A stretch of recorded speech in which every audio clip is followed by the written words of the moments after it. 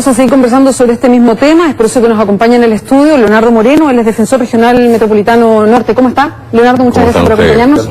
Y quiero agregar algo más. Decíamos en la nota que no solamente la jueza de alguna manera le pegó un raspacacho a la Fiscalía, también a las policías, a los medios de comunicación en general, y también habló de la Defensoría.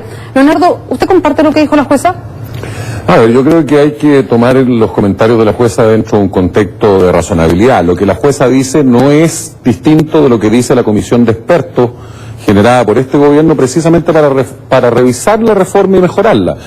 De hecho está el proyecto de la reforma a la reforma. Exactamente, y si usted se da cuenta, uno de los puntos centrales de ese proyecto tiene que ver con la capacitación de los funcionarios policiales y la coordinación entre la Fiscalía y la Policía. Por lo tanto, lo que dice la jueza, por supuesto, lo dice dentro de un caso concreto y eso causa más impacto, pero es un diagnóstico que está reconocido y validado por el propio gobierno al crear esta comisión. Perdón, ¿le falta a los policías un entrenamiento especial? Hoy día no hacen... Lo que pasa es que la jueza es muy dura, no solamente hace una crítica, dice que hoy día se están llevando adelante casos como en el medioevo, dice ya, pese a que hemos gastado miles de millones de pesos, dice, no, y pueden estar las tecnologías, simplemente se presentan las mismas pruebas de antes, testigos, y que la persona reconozca o no reconozca si participó en un crimen. Es bien duro. A ver, yo creo que hay un tema que es complejo, pero que es importante abordar. Efectivamente, la reforma estableció nuevos estándares profesionales, si quiere usted, para todos los operadores, jueces, fiscales, defensores. Y probablemente la pata coja de esta capacitación y formación quedó en situación de mejorar a la policía. Y efectivamente los estándares que exige un sistema como el vigente, en el que se supone prima la presunción de inocencia, son muy altos para la policía. Y por lo tanto, el cómo se recoge una evidencia, cuánta evidencia debe proporcionarse un fiscal para que éste tome una decisión, cómo debe redactarse un parte, cosas tan simples como esa, son de alta complejidad en un modelo como este. Y por lo tanto, efectivamente, la demanda hacia la policía es de un trabajo más técnico, más profesionalizado, y hay un diagnóstico compartido de que la policía no ha tenido toda la capacitación o toda la formación y coordinación con el Ministerio Público que el sistema requiere. ¿Por qué cuando se hace la denuncia en contra de Pablo Maquena él queda detenido? ¿Y por qué es procesado si la única prueba fehaciente que existía era el video, y ese video demostraba que él no había hecho absolutamente nada? Bueno, ahí es probablemente donde hay otra área de cuestionamiento en este caso particular, porque también esto no es cosa que se puede hacer con que no parece, o es a lo menos discutible, el que el fiscal tome la decisión de formalizar a Pablo Maquena, luego pedir medidas cautelares en su contra, en circunstancia que la evidencia reunida hasta ese momento no permitía razonablemente sostener que estábamos frente a un caso de abuso. Y lo que uno espera, y de nuevo aquí me van a perdonar que insista en ciertas ideas, pero se supone que este es un proceso donde se respeta la presunción de inocencia de cualquier ciudadano, no solo de Pablo Maquena, de cualquiera. Y eso supone que tiene que haber un cierto estándar de acreditación con la información que el Ministerio Público le provee a los tribunales para pedir, ¿cierto?, por ejemplo, la aplicación de una medida cautelar. Perdón, y pareciera que aquí no existió. Las personas pobres, siguiendo la lógica de lo que dice la jueza, tal cual, las personas pobres no tienen el mismo acceso que tuvo Pablo Maquena y que finalmente él pudo públicamente limpiar su nombre y que finalmente este caso se cayera porque ella hace referencia a Pablo Maquena y a su condición socioeconómica. No, yo creo que lo que está detrás de la crítica de la jueza y lo que yo creo y puedo compartir es que este no es el único caso, digamos. Lo que pasa es que evidentemente tiene una repercusión en los medios distinto a un ciudadano NN que le puede pasar esta misma situación, enfrentar este mismo contexto y probablemente no va a tener la repercusión mediática. Lo preocupante, vuelvo a decir, y por eso yo creo que hay que tomar este caso como una lección hacia el sistema, es cuál es el criterio de objetividad que supuestamente rige el actuar del Ministerio Público con el que se están tomando decisiones que afectan a las personas. No solo afectan en su imagen pública, como puede ser el caso del señor Maquena, sino que lo afectan en la posibilidad incluso de ser privados de libertad. Entonces, en un sistema democrático como el nuestro, uno aspira a que este proceso, ¿cierto?, se funde en antecedentes concretos y de calidad. Y en ese sentido, entiendo yo la crítica que hace la jueza hacia el trabajo policial y a la coordinación que tiene esta con la Fiscalía. Ahora, defensor, hemos visto que hay un discurso público que ha puesto varias veces en tela de juicio el accionar de los jueces.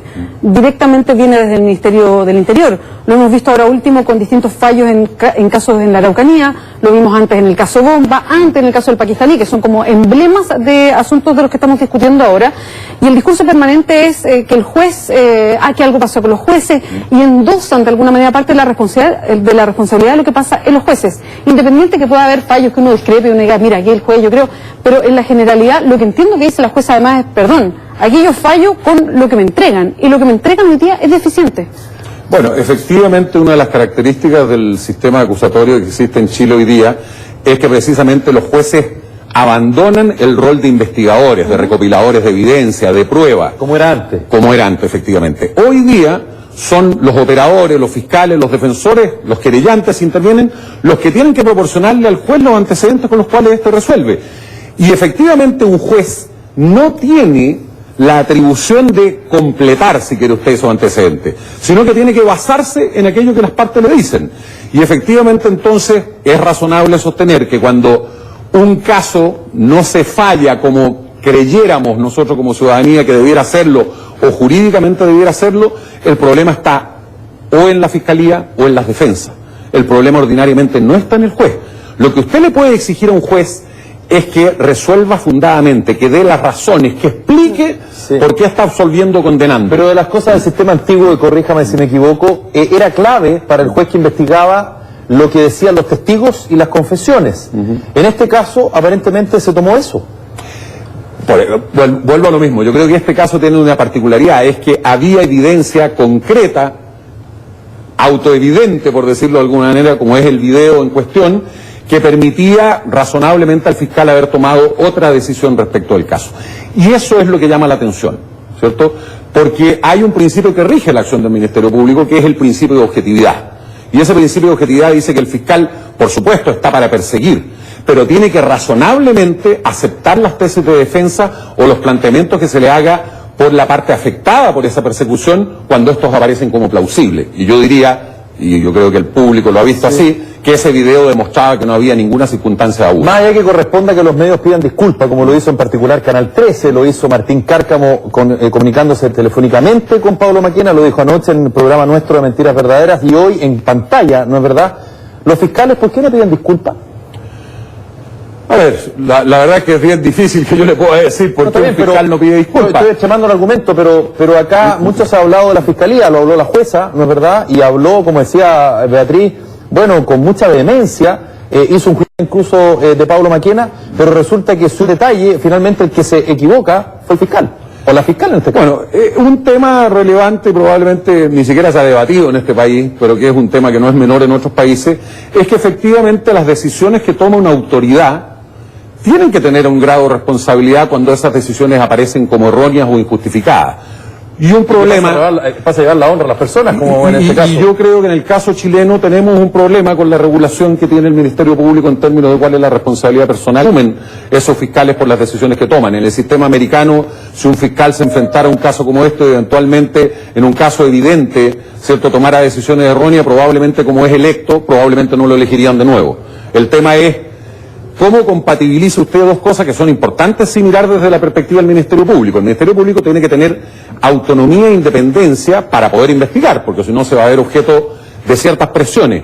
Pero por otro lado, tiene que tener responsabilidad por sus actuaciones. Y esa responsabilidad en el caso chileno está establecida al interior del propio Ministerio Público. Es decir, usted puede, en el caso de señor Maquena, podría reclamar porque considera que la formalización fue arbitraria, por ejemplo, ¿no? Y ese es un reclamo que se puede hacer al interior del propio Ministerio Público. Ahora, Leonardo, usted que está en tribunales, desde la Defensoría Pública, ¿qué es lo que ve?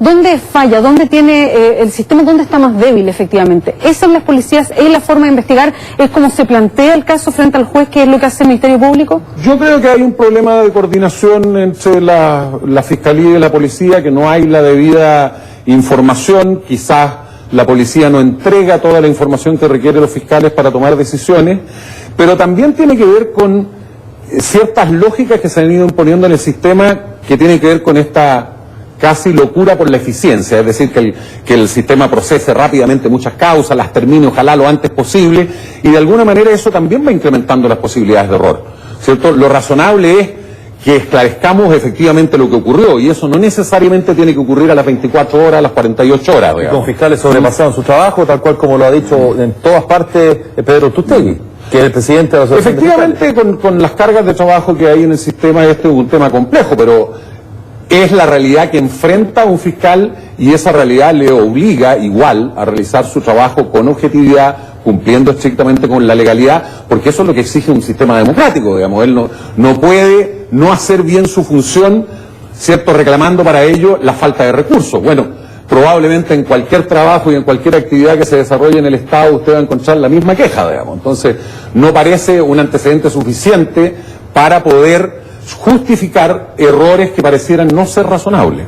Y en este mismo cuadro, ustedes como defensores, ¿hacen algún tipo de autocrítica, donde desde la Defensoría también falla el sistema? Sin duda, yo creo que este es un sistema en que hay una interdependencia entre todos los operadores. Si esta situación se produce en algunos casos es a veces porque hay un error de una fiscalía, pero también puede ser por una falta de actividad de la defensa, precisamente para hacer ver estas situaciones con la vehemencia, si quiere usted, o con los antecedentes suficientes para que el juez tome una resolución. Por lo tanto, nada de lo que aquí ocurre, ¿cierto?, es independiente de la acción de todos los que intervienen en la audiencia. Y en ese sentido sí tiene razón la jueza cuando ella reclama que la información que se le provea a estos tribunales sea de la mejor calidad posible, porque eso también garantiza que la decisión que toma el tribunal es la correcta. Leonardo, muchas gracias por acompañarnos hoy día. Ya, muchas gracias.